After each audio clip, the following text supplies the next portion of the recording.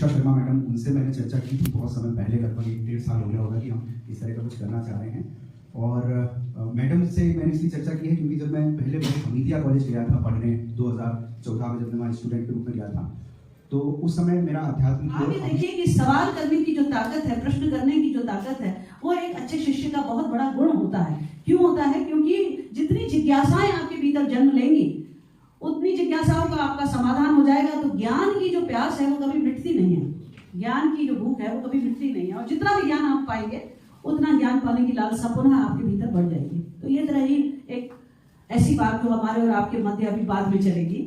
लेकिन जहां तक आपका ये जो इन्होंने गब्बर जी ने जो आपको टॉपिक रखा है इस संवाद का, वो रखा है राष्ट्रीय एकता एवं सामाजिक समरसता में भक्ति आंदोलन की भूमिका वर्तमान विश्व की। और हम यदि दृष्टिपात करें, विश्व की स्थितियों पर दृष्टिपात करें, तो हमें चारों ओर एक हिंसा का तांडव दिखाई पड़ता है। एक देश दूसरे देश को अपनी ताकत बता रहा है और मानवता के नाम पर जो हिंसा निरंतर होती जा रही है और ये घटनाएं बढ़ती जा रही हैं, ये हमारे लिए एक बहुत चिंतन का विषय है आज के युग में, कि जहां मनुष्य को हम इतना विकास करते देख रहे हैं, विज्ञान का युग है, और जहां हर क्षेत्र में हम मनुष्य को उन्नत अवस्था में विकसित होता हुआ देख रहे हैं, जान रहे हैं, लेकिन ये अंदर से हिंसा की कौन सी वृत्ति है जो इतनी ज्यादा बढ़ गई है कि वो वृत्ति कहती है कि मैं सबसे आगे हो जाऊं और बाकी लोग, यानी मैं एक शक्तिशाली शक्ति संपन्न राष्ट्र बना रहूं और बाकी सब लोग मेरे अनुगामी हों या मेरे निर्देशों पर चले। ये वृत्ति बहुत अधिक बढ़ गई है। और ये वृत्ति देशों की नहीं बढ़ी है, ये व्यक्ति में भी बढ़ गई है, व्यक्तिवाद से लेकर जन समूह तक। तो ये जो एक वृत्ति है, ये जनवादी वृत्ति हो गई है। और इस वृत्ति में हो क्या रहा है कि हम मानव मूल्यों का निरंतर अवमूल्यन इनका होता जा रहा है। मानव मूल्य हम जानते तो हैं किताबी रूप में, पढ़ने में, बोलने में जुते हो, कि उन्होंने अपने काम में जो सिद्धहस्त थे वो, उससे उन्होंने जो संतोष पाया और उनके काम को देखकर मैंने जीवन में जो प्रेरणा पाई और काम के प्रति जो निष्ठा पाई, वो मेरे लिए सबसे अमूल्य है। और वास्तव में हम जो भी काम करें, चाहे वो छोटा हो या बड़ा हो, ये हमारी सोच है कि हम किसी काम को छोटा कह देते हैं, किसी काम को बड़ा कह देते हैं। दीवार पर पेंट करना या पुताई करना या घर में झाड़ू पोछा करना या बर्तन मांजना या कपड़े क्लीन करना, धोना, और कोई किताबी ज्ञान से, कुछ मानसिक रूप से बहुत अच्छा सोच विचार करके कुछ जीवन दृष्टि देना, ये सब काम अपनी जगह काम है। लेकिन सबसे बड़ा काम है, सबसे बड़ी पूजा है एक मनुष्य को मनुष्य के रूप में अपने जीवन को ऐसा बनाना कि लोग कहें कि वाह क्या व्यक्ति है, क्या मनुष्य है, क्या इसकी सोच है। और आज सबसे ज्यादा जरूरत है इस बात की कि हम एक अच्छे मनुष्य बने, हम एक अच्छे व्यक्ति बने, हम एक अच्छे मानव बने। और मनुष्य के साथ एक उपसर्ग लगता है, मनुष्यत्व, तो उपसर्ग लगता है, जिसका मतलब होता है कुछ बड़ा, महान। तो जिसमें मनुष्यत्व है, यानी मनुष्य होने का एब्स्ट्रैक्ट, मनुष्य होने का तत्व। तो मनुष्य होने का तत्व क्या है? मनुष्य कैसा है? मनुष्य जो है वो जानवर और देवता, यानी जानवर यानी प्रकृति और देवता यानी परम ऊंचाइयां, देवत्व की ओर जाना, इसके बीच की कड़ी है। अब ये मनुष्य के ऊपर निर्भर करता है कि या तो वो जानवर की नीचाइयों से गिर जाए, उसी के समान खाने के लिए लड़ने लगे, अपने वर्चस्व के लिए लड़ने लगे, या मनुष्य से ऊपर उठकर देवता बन जाए। तो वो जो व्यक्ति देवत्व की ओर जाता है उसमें मनुष्यत्व आता है। तो हम भक्ति हम पाते हैं कि संतों ने हमें मनुष्यता का पाठ पढ़ाया, हमें मनुष्य होना सिखाया। और कैसे मनुष्य होना सिखाया? कि हम एक दूसरे के प्रति करुणावान बने, क्योंकि हम सब में ब्रह्म है। हम सब जीवों में उस परम ब्रह्म का, उस परमात्मा का दर्शन करें जो अंश अंश में विद्यमान है। वो सबको पता है। 6 महीने आग लगाई गई थी, तब भी 6 महीने तक उस के पुस्तकालय की आग बंद नहीं हुई थी। यानी कितनी किताबें थी, और पत्थरों पे आज भी बहुत सारे अभिलेखों में, वहां खुदाई में वो सूत्र बिखरे पड़े हैं, जिनका हम अध्ययन करें तो हम आज भी ज्ञानवान हो सकते हैं। उसका कारण है कि जो बिहार है वो बौद्ध और जैन ज्ञान से बहुत पुष्पित पल्लवित होता रहा। उस तरफ हम ज्यादा दृष्टि नहीं ले जाएंगे। बिहार की एक छोटी सी बात कही जो जहाँ से बौद्ध धर्म का प्रचार बहुत पूरे विश्व में गया, इसलिए बौद्ध धर्म को याद किया, जैन धर्म को याद किया। और अब आप देखिए कि दक्षिण में जो भागवत वहीं से आई है, दक्षिण से रामानुजाचार्य और माधवाचार्य जी हैं, और रामानुजाचार्य की परंपरा में रामानंद आए, और रामानंद जो आए हैं वो दक्षिण से भक्ति का योग लेके आए थे, ऐसा कबीर ने कहा है। और कबीर के गुरु रहे रामानंद जी। रामानंद जी निर्गुण और सगुण दोनों ही धाराओं के गुरु रहे। तुलसीदास जी भी उन्हीं की धारा के हैं और कबीरदास जी भी उनकी धारा के हैं। तुलसीदास जी सगुण भक्ति के और कबीरदास जी निर्गुण भक्ति के। तो हमारे यहाँ देखा जाए तो बहुत सारा भक्ति काल में बहुत सारा विभाजन था। राम के भक्त हैं, कृष्ण के भक्त हैं, सगुणवादी हैं, निर्गुणवादी हैं, कबीर निर्गुणवादी हैं, ज्ञान मार्ग की शाखा के प्रमुख हैं, है ना। लेकिन भक्ति मार्ग की शाखा है, ज्ञान की मार्ग की शाखा है। लेकिन हम कितने भी शाखाओं की बात कर लें भारत में, लेकिन ज्ञान का स्रोत एक ही है, और वह स्रोत है सनातन संस्कृति। यहाँ सबका समागम है, यहाँ गंगा और जमुनोत्री का मिलन है, यहाँ त्रिवेणी का संगम है, यहाँ सब कुछ है। अब हमको जो अच्छा लगता है अपनी विचारधारा के, अपनी मानसिकता के अनुकूलन में हमें जो प्रीतिकर है, वहां से हम उसको लेकर, उस ज्ञान को लेकर, उस भक्ति को लेकर आगे बढ़ सकते हैं और सामाजिक समरसता का प्रचार कर सकते हैं।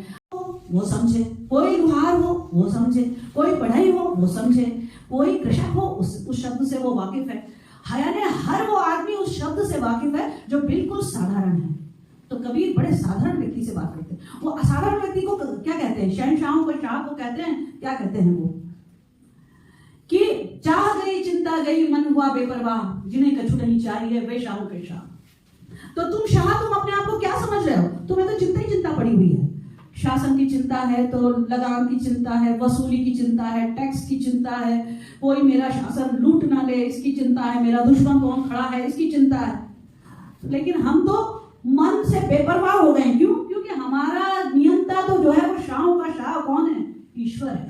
मूल्य है हमारे जीवन में, है सामाजिक समरसता का मूल्य हमारे जीवन में है, प्रेम का मूल्य। और हम जब इस रास्ते पे चलेंगे ना, तो आप में से बहुत सारे एनालिसिस की स्थिति होती है, उत्पन्न होती है आपके मन में। वहां कोई आध्यात्मिक संदेश नहीं दिए जा रहे हैं आपको, कोई आध्यात्मिक पाठ नहीं पढ़ाए जा रहे। लेकिन जब आप हिल मिलकर रहना ही सिर्फ चुन लेते हैं और एक साथ काम करने की बात चुन लेते हैं, तो आप देखते हैं कि आप में परस्पर प्रेम का जन्म होने लगा। आप प्रेम में गति करने लगे, एक अनुशासन में अपने आप रहने लगे।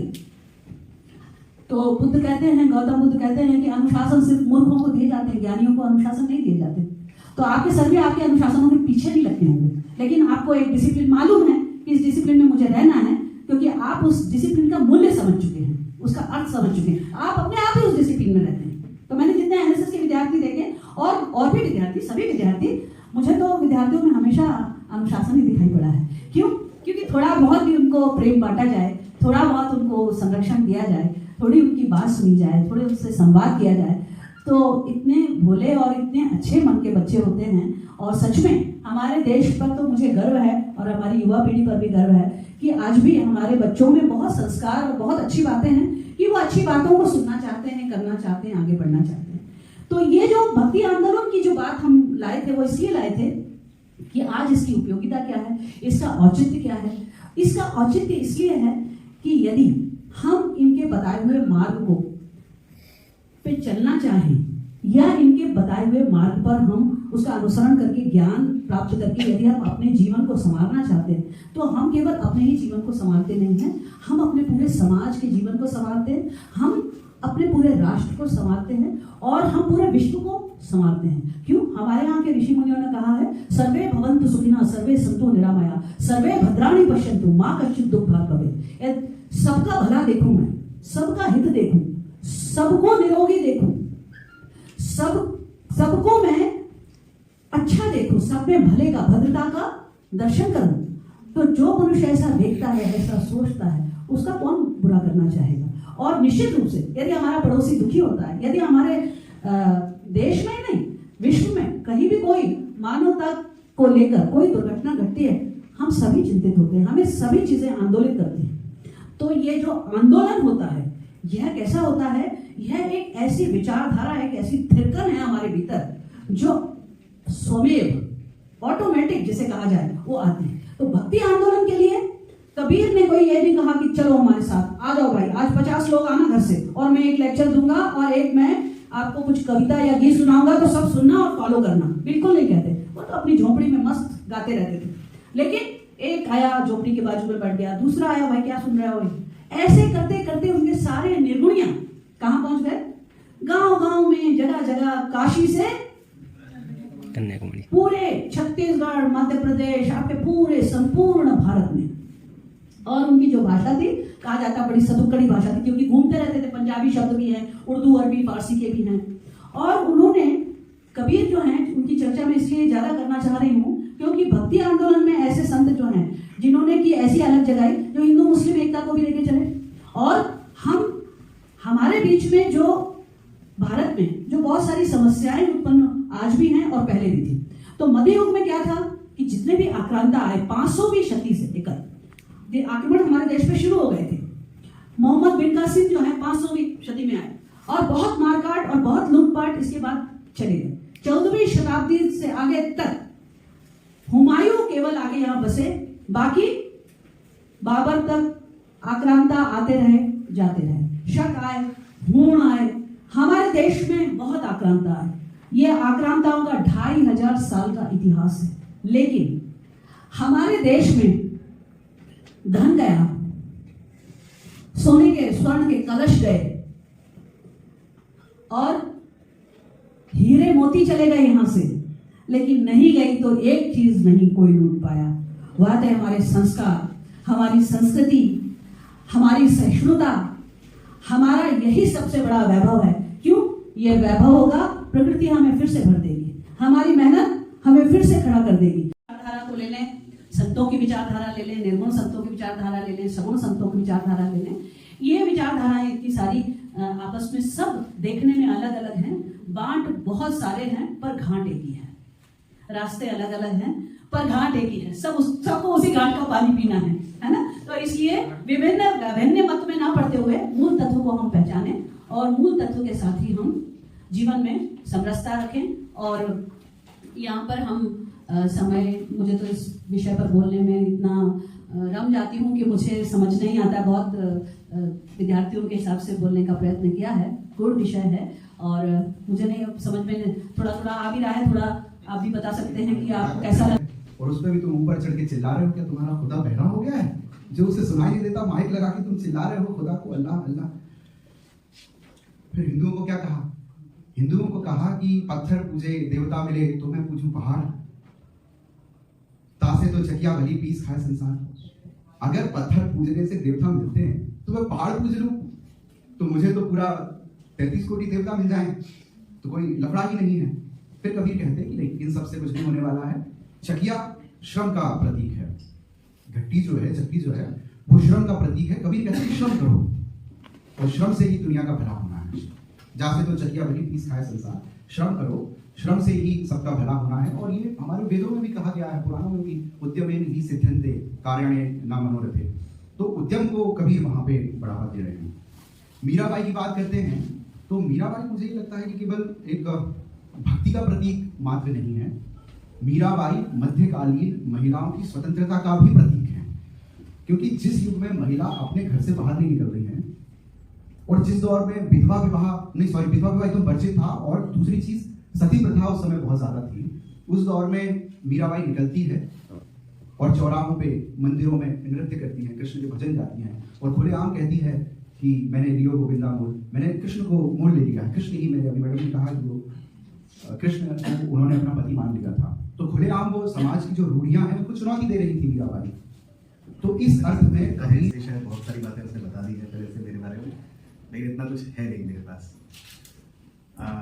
मैं जो विषय के बारे में समझ पाया, हो सकता है मेरी समझ बहुत उथली है, मैं लेकिन फिर भी कुछ, क्योंकि बोलने के लिए कहा गया है इसलिए मैं कुछ बात रख रहा हूँ यहाँ पर। समरसता को लेकर जो बात आई है, कबीर की बात आई है, मीराबाई की बात है, या और भी लोगों की जो उस समय भक्ति आंदोलन चल रहा है उसकी जो बात है, सबसे बड़ी दिक्कत उस समय जो चल रही थी कि हमारे समाज में जिस तरह का एक विभाजन, जिसको जातिगत आधार पर भी बोले, धार्मिक आधार पर भी बोले, एक विभाजन बहुत बड़ा खड़ा था।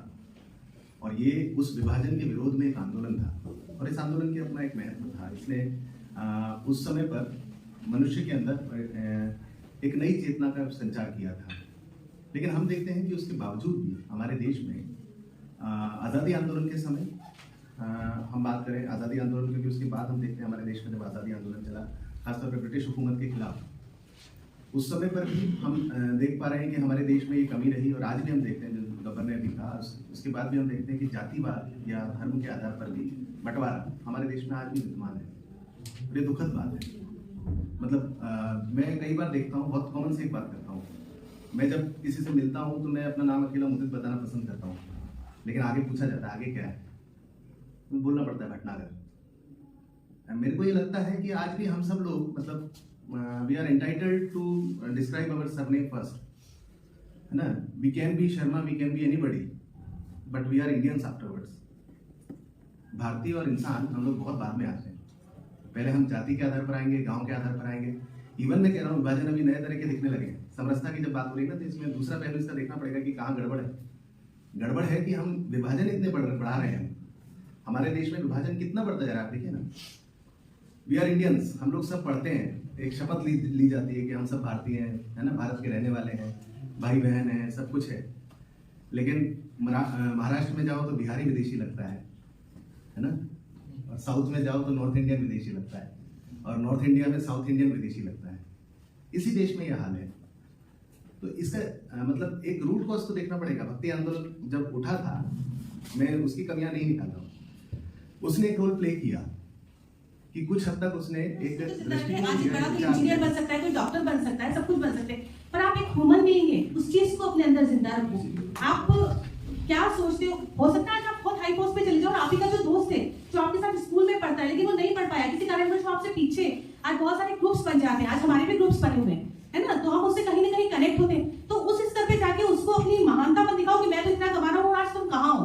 ये तुम्हारी ह्यूमन बीइंग नहीं है। आप कहीं भी पहुंच जाओ, अपनी जमीन से दूर मत जाओ। और आपकी पहली चीज होती है कि आपकी जो भाषा है ना, शब्द हमेशा झुकते हैं और शब्द ही हमेशा आपको कहीं भी ले जा सकते हैं। तो अपनी बोली को इतना अच्छा रखो कि आपसे मिलके कोई ये सोचे कि यार मैं इससे अगली बार फिर से मिलूं। ऐसा ना हो यार तो उससे मिला, उसने तो अपने ऐसा बखान करा, मैं तो उससे मिल ही नहीं रहा।